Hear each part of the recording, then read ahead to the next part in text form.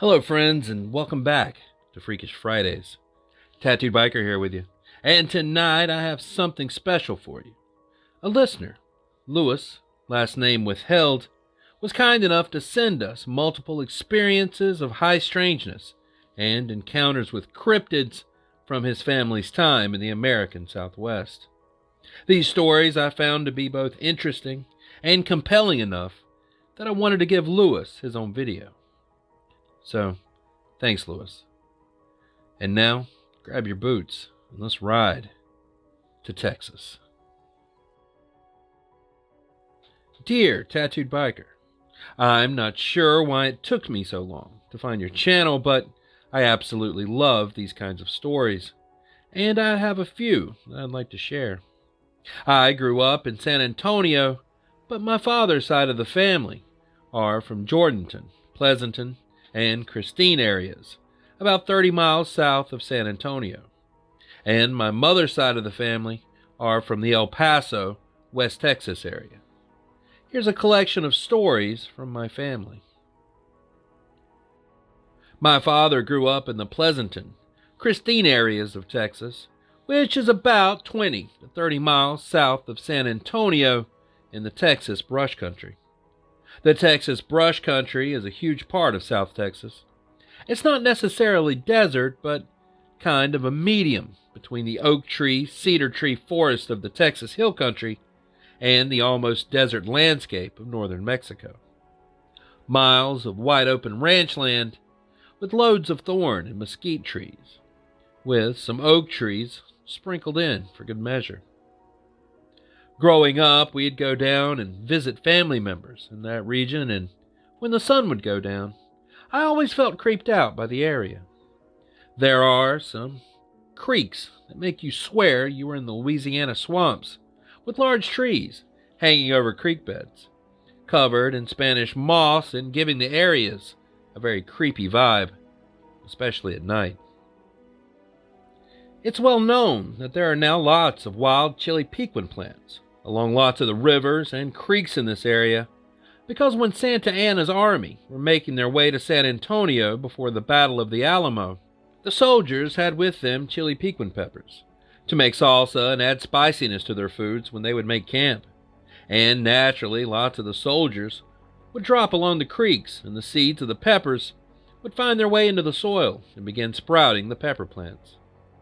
Anyway, one of my father's uncles claims he saw a large, winged humanoid bird with glowing eyes swoop down on he and one of his buddies while out at the lake known as Choke Canyon. They were fishing for catfish late into the night from the bank. The story goes that it was around 11 p.m. or so on a Friday night, and let's call my father's uncle Robert and his buddy Chester. The two men had decided to go fishing for catfish and drink some beers and enjoy the start of the weekend with a nice, relaxing nighttime fishing trip to the lake, which was about 30 miles from the town where they lived. So Robert, having worked in construction and having worked that entire day, was feeling sleepy and decided to nap in his truck, while Chester stayed on the lake bank, listening to the radio and watching their fishing rods that were cast out into the water. Uncle Robert climbs into the driver's seat of his truck and falls asleep. An hour or so goes by, and he's rudely awoken by Chester, who's now screaming and pounding his fist on the passenger window of the truck, yelling like a madman for Robert to unlock the door and let him into the truck cabin. Jarred and caught completely off guard, Robert unlocks the door and asks Chester, who's out of breath and panicking, what the hell is going on. Chester, clearly panicked and freaking out, says start the truck up and for them to get out of there. He said that he was just chilling in his folding chair, and he had just caught a small catfish and had thrown it back into the water, and had sat back down in his chair when he heard what sounded like a large bird flapping its wings behind him. He stood up and turned around, and there was a bird like a humanoid, kind of like a large crane bird, with a human face and a beak-like mouth. It had glowing eyes and a massive wingspan, something like 12 to 15 foot. So he turns around and sees this thing flapping just behind and above him, and appeared to be readying to land right where Chester was sitting. Now, these two were born and bred in South Texas and had grown up in the brush country, hunting birds, bobcat, alligators at that same lake, fishing, and being common rural kids. They had a lifetime of experience with wildlife in that region and had never seen anything like it. Robert starts up the truck, and in the rearview mirror, illuminated in the red glow of brake lights, Robert sees the large bird creature land behind the truck and begin walking around the truck over to the passenger side. It was shaped like a man-sized crane, with long, thin legs that looked like it would stand at eye level with an average height man, and it was the creepiest thing that he had ever seen. That's when Robert knew that Chester wasn't screwing around, and he throws the truck into gear and peels out of there.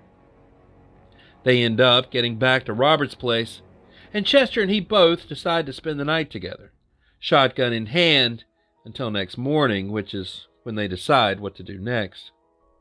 They ended up going back the following day, armed to the teeth this time, to retrieve their fishing poles, folding chairs, and other gear, and found the footprints of whatever it was that they saw, still fresh in the sand around their fishing spot. This happened in the 1970s, so it was before smartphones with cameras. When my father told me this story, I picture something like a tall shoebill, but there's nothing like that in that part of the state. Maybe it just wanted to eat the fish that Chester had caught. Following the incident, they would end up eventually going back to fish in the evenings, but they would be sure to take firearms for protection. This next one happened to my great-grandparents on my father's mother's side. They lived on their small cattle and livestock ranch in Christine, Texas, for the later decades of their lives. Christine is a super small town where everyone knows everyone, and there's no need to lock your doors when you leave or when you go to bed.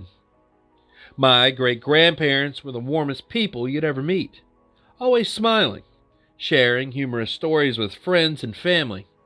They'd take your coats or jackets when you'd enter their warm home, and before hanging them up on their coat rack, they'd sneak a $20 bill into your pocket for you to find later. They were the kind of older couple who were always poking harmless jokes at each other in front of company to entertain you, super charming and loving, and always smiling and loving the life they've built for themselves.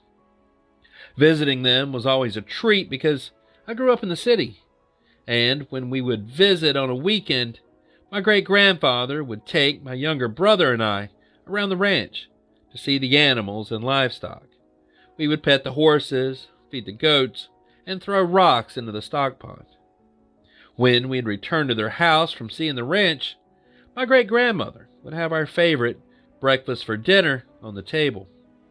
Fresh hash browns, farm-raised bacon and ham, homemade tortillas, mild and spicy salsa, and fried eggs, and coffee. Always with coffee, even if it was dinner time, and we loved it. So this story takes place during the 1960s.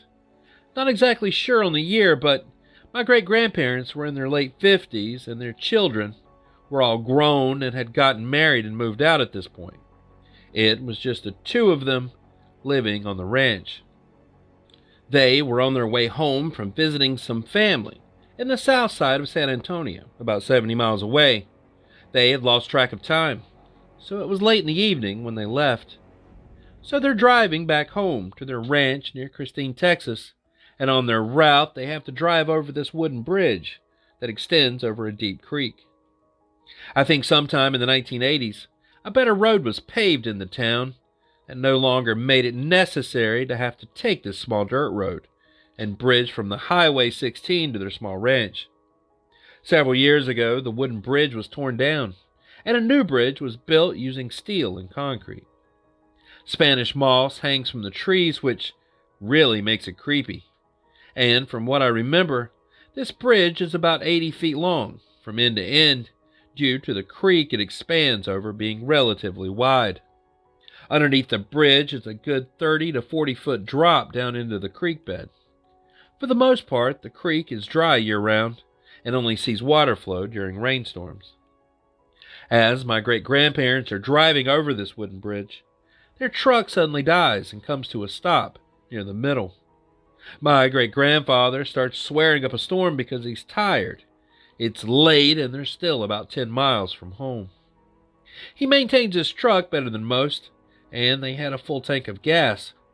Even the headlights and cabin lights shut off, so they were stuck there, with only the moon bathing them and their surroundings in soft light. My great-grandfather was born in the brush country of South Texas, so there's not much he hadn't seen out there. And in this situation, while most people might be a little intimidated to leave the safety of their vehicle, my great-grandfather was in his element at night, in what is essentially his backyard. Thinking it has to be a battery connection come loose, my great-grandfather asked great-grandmother to hang tight, pops the hood, and opens his door, stepping out into the cool night to check under the hood and hopefully diagnose the issue. As he's struggling to see, fumbling with the battery connections under the hood, behind him he hears the sound of a clip-clopping on the wooden bridge. It sounded like the steps of a hoofed animal approaching him from behind. He turns around and lets his eyes adjust to the dim moonlight to see what's making the noise. Maybe it's a deer, or a cow, or a goat that's gotten loose from one of the other ranches in the area. Squinting, he's looking down the bridge and sees what appears to be a thin man, about 5.5 feet tall, but with a very large set of ram horns on his head, walking upright, approaching him from the opposite end of the bridge. Its hoofed-up feet clip-clopping on the wooden bridge as it's steadily trotting towards him. A cold chill ran up my great-grandfather's spine, and he quickly shut the truck hood and hopped back into the driver's seat. Slamming the door shut behind him and locking it, my great-grandmother, confused by his sudden reaction, asked what's going on, and my great-grandfather points at the humanoid that's slowly approaching their vehicle.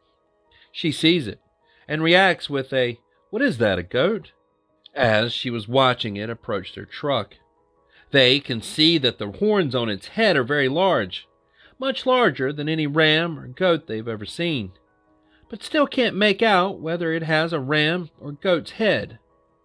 It's about 20 feet from the front of their truck when it suddenly hunches over and begins walking on all 4 of its cloven feet. They can only vaguely make out its features as it reaches their vehicle and begins circling them. My great-grandparents twisting and turning in their seats to watch as it's bobbing its head up and down, just pacing around their truck. It doesn't ever touch the truck. It only slowly saunters around their vehicle, with the only sound in the night being its hooves, clip-clopping on the wooden bridge. Though it was dark and difficult to make out its exact features, they both agree that it had the body of a skinny, bony man, but with the head of a goat. They both said the creepiest part of the encounter was watching its large horns bobble around the front and rear of the truck, unsure if it was going to do anything to them, and how it felt like an evil or demonic entity that they could sense it not being a normal animal, but a creature with evil intent. They held their breath and didn't know what to do. And my great-grandmother, being very Catholic, begins praying quietly under her breath. On its 5th or 6th time, walking around their truck, it suddenly stands back up on its hind legs and slowly meanders towards the opposite end of the bridge from which it came, eventually disappearing into the blackness of the night and leaving them in the truck, frightened and shaken. A moment later, like clockwork, power is restored to their vehicle, and my great-grandfather starts the truck up and peels out of there, making a beeline for their home, where they rush into the house and grab firearms, to spend the rest of the night locking all their doors and windows and not going to sleep that night. When we were younger, my cousins and I would go visit what we believe is the same bridge. I'm not sure if this was the actual bridge where this apparently took place, but it was very similar. And we would park our truck get out and thrill ourselves by walking around out there after dark with flashlights, and just embrace the creepy ambience, armed with shotguns, of course. My great-grandparents never saw anything like that creature again, but from that night onward, my great-grandfather always kept a loaded shotgun and a pistol in his truck. And lastly, once my father, who was working as a construction contractor, had a work crew leave a job site in a panicked frenzy once because they saw a Bigfoot-like creature in the creek behind the house they were working on. Happened at a house they were building a 2-story garage at in the hill country a little bit north of Spring Branch, Texas. I think it was around 1998. I was around 9 years old and my brother was 6. The house that they were working on was on a big piece of land, way out between Blanco and Spring Branch. My father told us that the work crew called him from a payphone at a gas station in Bulverde around noon, and told him they weren't going back to the job site until the following day because they were scared, and it would be okay for them to bring some rifles and shotguns to keep in their trucks on that project until they were done. They were a no-nonsense group of Mexican and Honduran laborers, hard-working guys, who would be at the job site from 8 a.m. till sundown, busting their ass in the hot sun to earn a decent paycheck. When apparently around lunchtime, after the crew had eaten and were resting in their trucks and in the shade of some trees, one of the guys went down to the creek behind the house to explore the property a bit, until it was time for them to get back to work. Behind the house was a sloped wooded area that led down to a nice little shallow creek. It was here where he said he saw what he thought was a big brown bear peeking around a tree at him. Naturally, he got a bit spooked and started slowly backpedaling to the house up the hill, trying his best not to make any sudden movements and to not take his eyes off the bear. As he was making his way up the steep hill to the house, to where the rest of the guys were, the bear ran from the creek and into the woods on the other side. That was when the worker got a clear look at it and saw that it wasn't a bear. It ran upright on 2 legs and had the build of a large man covered in dark fur.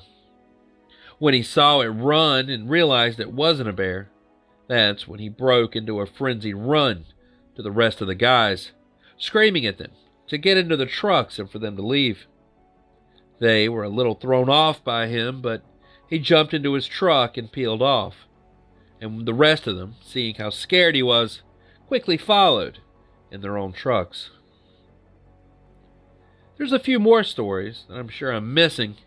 I might do another submission later on. Thanks for reading, Biker. Signed, Lewis. And there it is. All I have from Lewis so far on his family's experiences with Bigfoot and other strange encounters in the American West. Thanks for watching.